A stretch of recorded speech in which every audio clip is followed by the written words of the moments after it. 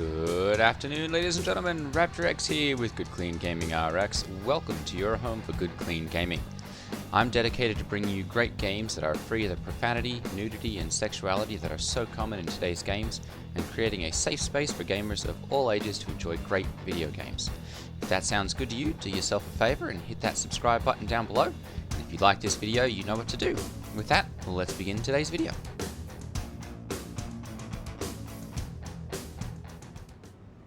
Okay, so for today's video, we're going to go ahead and see about putting together a mining loadout for doing the Tier 1 and Tier 2 materials. So, Tier 1 materials are now considered to be Bexelite, Terranite, and Gold.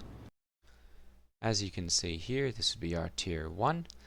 And these would be the average price per refined SCU. These are actually Red Monster SC has made these up and has made them available for anyone to check out at redmonstergaming.com.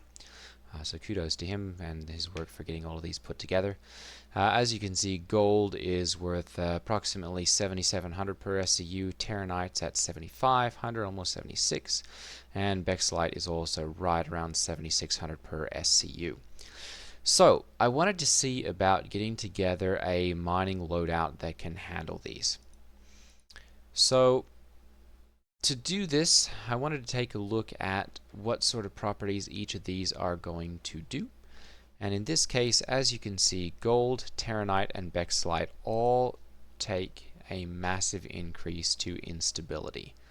5.5, 7.0, and 6.0 respectively for gold, Terranite, and Bexelite. So I wanted to go ahead and see about creating a build that would lower the instability in any of the rocks that I might come across.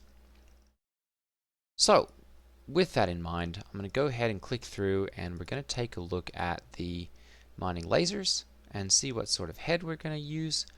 And then we'll go through the mining gadgets and the mining modules and see which are going to be our best ones for Tier 1 mining. So if we look at our instability modifier here, we can see that our best one here is going to be at the Arbor mining laser.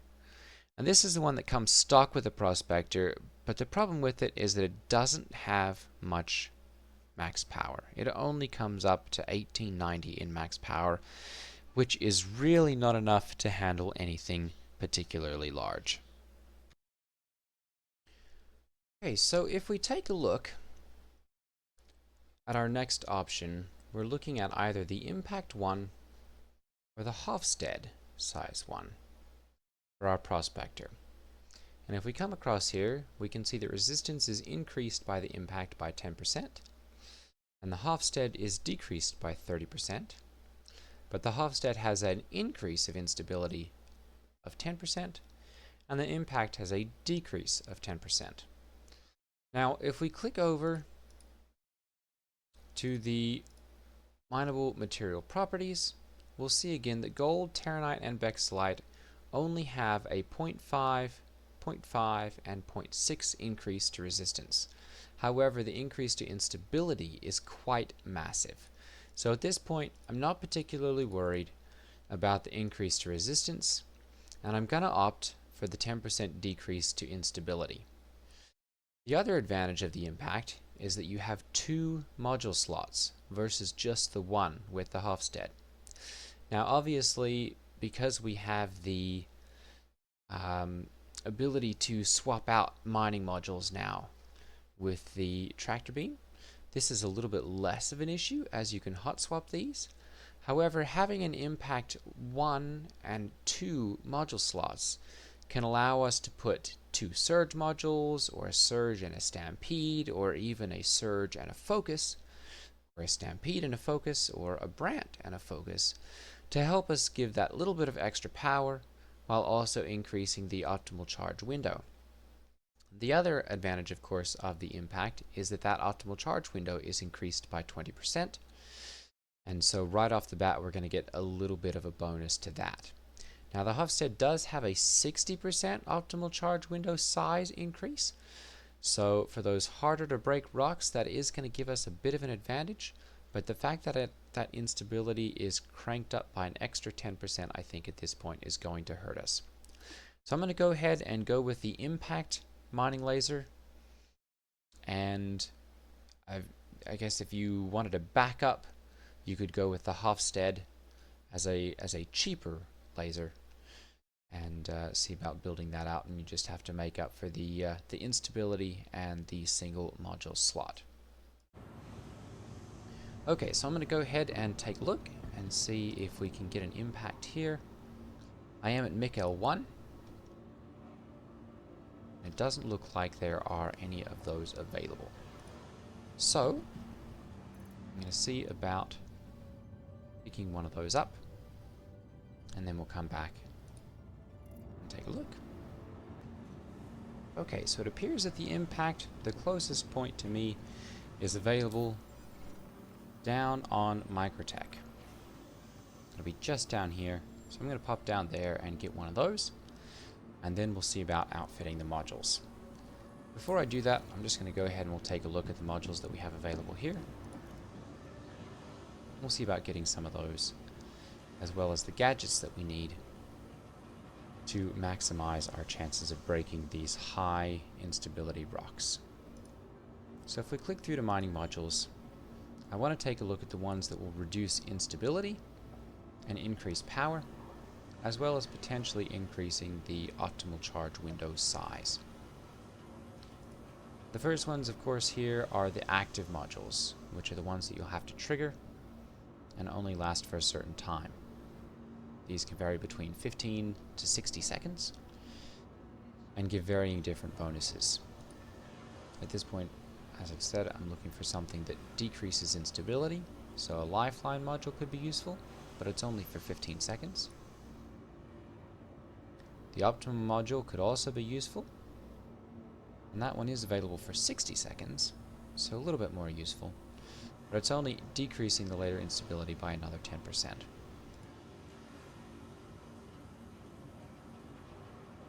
The Stampede module now reduces laser instability by 10%, increases mining laser power by 135, or increases it by 35%, and reduces shadow damage by 10%.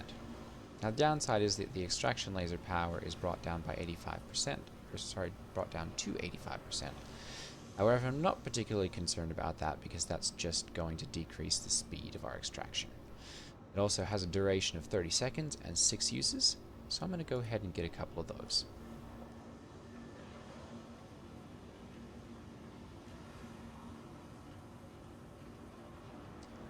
Next we'll look through and find the Focus 3 modules. These give us an optimal charge window size of plus 40%, which is going to be useful because it allows us to have a larger window. I'm going to go ahead and buy one of those as well. Actually, I'm going to check and see. I may have one of these in my inventory right now.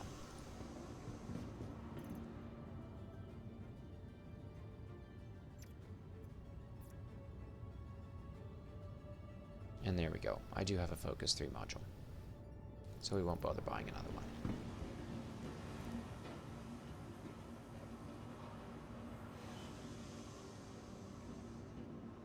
And then last of all, we'll click through and take a look at the rest of these.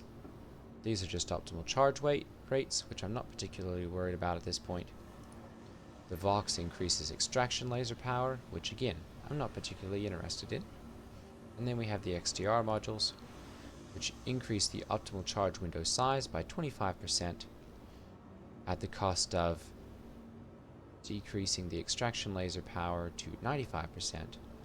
They do give an extra negative 6% inert materials bonus. So potential, but I'm not particularly interested in that either. I think I can get most of these bonuses through the Focus module, so I'm just going to leave that one alone. Alright, I'm going to go ahead and we'll take a look at the mining gadgets first. So here at MIC L1, we take a look at the gadgets. We've got the Severe, which increases our optimal charge window size by plus 50% and gives us a resistance of negative 50%.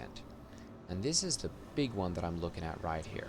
The fact that that reduction is 50% on our resistance is going to balance out any of the other issues that we're going to have as far as resistance goes. So we can stick one of those onto there, and that's going to bring our resistance down. However, it does give us an instability of plus 15%, and that's not what I'm looking for. We're looking to bring instability down. So I'm going to look around and see what else we can do. This one brings laser instability down by 35%, a stalwart.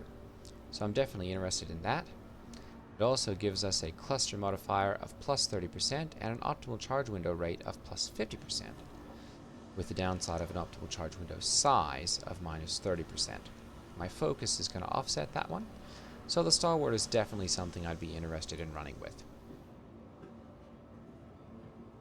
The Bormax, however, brings my laser instability down by negative 70%, and a cluster modifier of 30%, which helps to group things together and makes my mining a little bit more profitable by taking the valuable things and putting them all together and kind of leaving the less valuable things, or basically increasing the purity of each chunk. It does increase resistance by just 10%, so I'm going to go ahead and get one of these. Then we'll take a look at the Okunus, and this just does optimal charge window size and optimal charge window rate. Not really interested in either of those.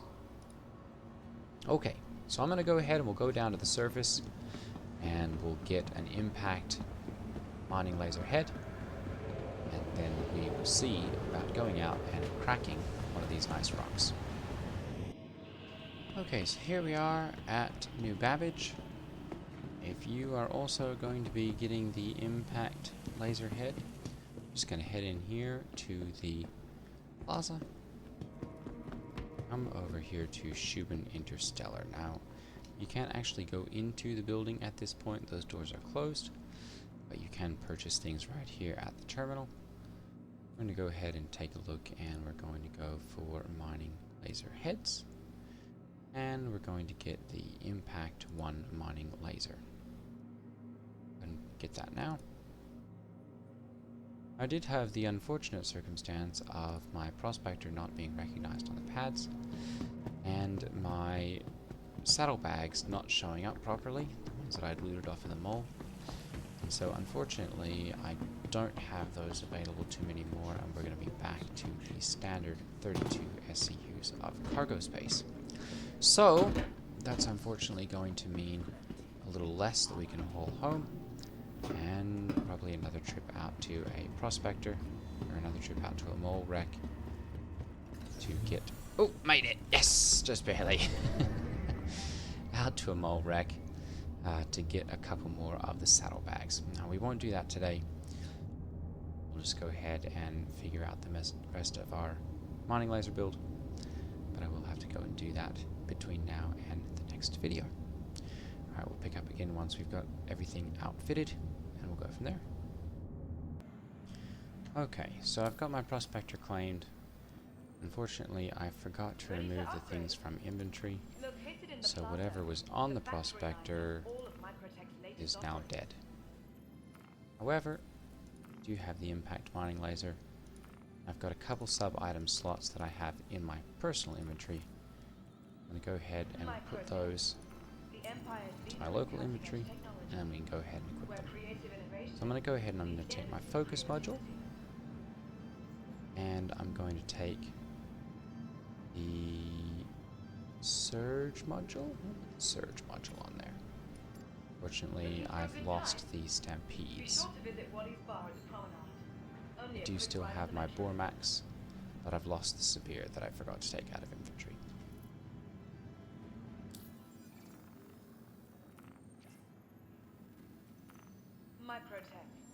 The Empire's leader in cutting-edge technology. Where creative We'll go ahead and put the surge module into slot 1, and the focus module into slot 2. And then from there, we'll go ahead and head out to our ship. For the latest updates on ship availability and gate assignments, please use one of the conveniently located terminals. Off we go. Okay, so we've got a Terranite rock here that I'm going to go ahead and crack. This one does say easy, but as you can see, the instability is showing 3.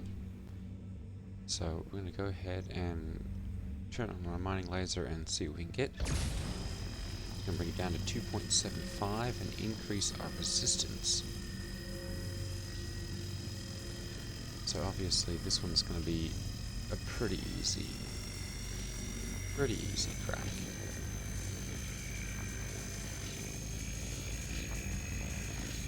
That mining resistance, or mining instability there,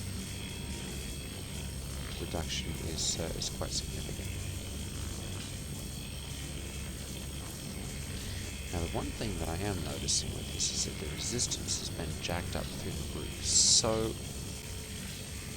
this build perhaps is not actually the best, because we need to find some balance. We need to find something that's got both instability and resistance reduction.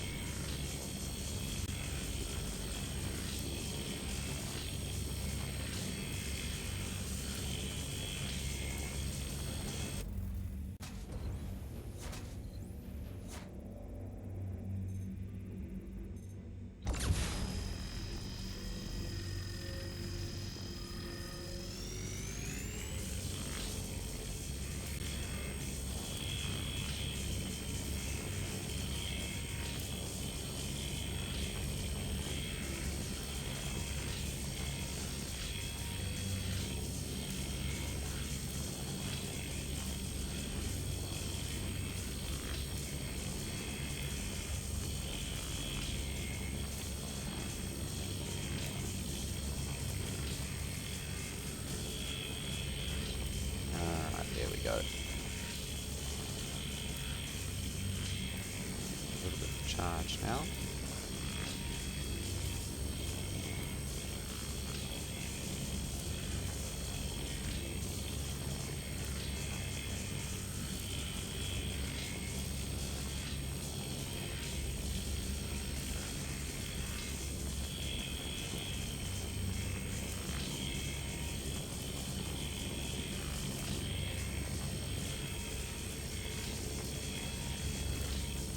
Taking a little while. That resistance is surely making that hard.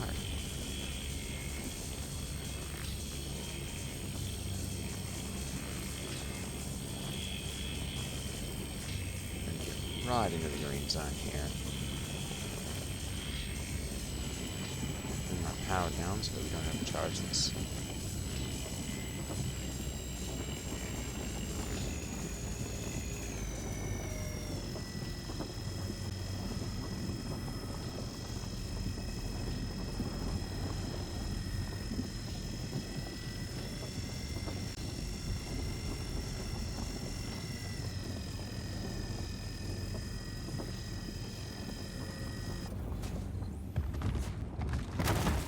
And there we are.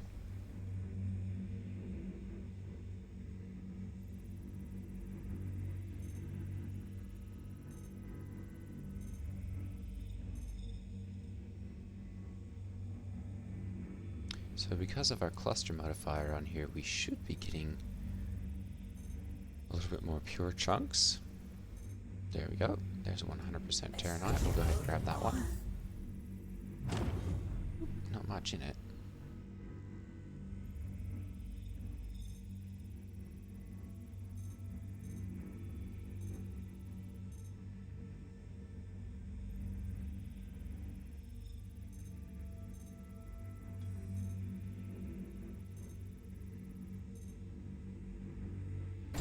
As well.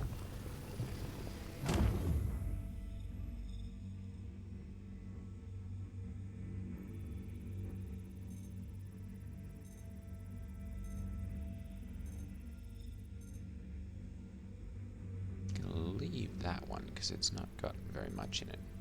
Now the amazing thing is I'm actually recording this segment the next morning. This is a Wednesday morning recording. And it appears that, though I've claimed my ship, the mining bags have reverted to 48 SCU. instead of the 32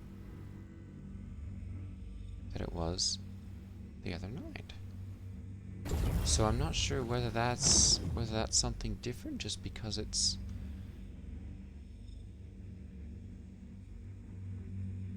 I'm not exactly sure. I'm not exactly sure what's happened here. Because normally salvaged components are not supposed to carry over, but this has worked quite nicely. I'm back up to having the mole bags on my claimed ship. So, quite an interesting little occurrence there.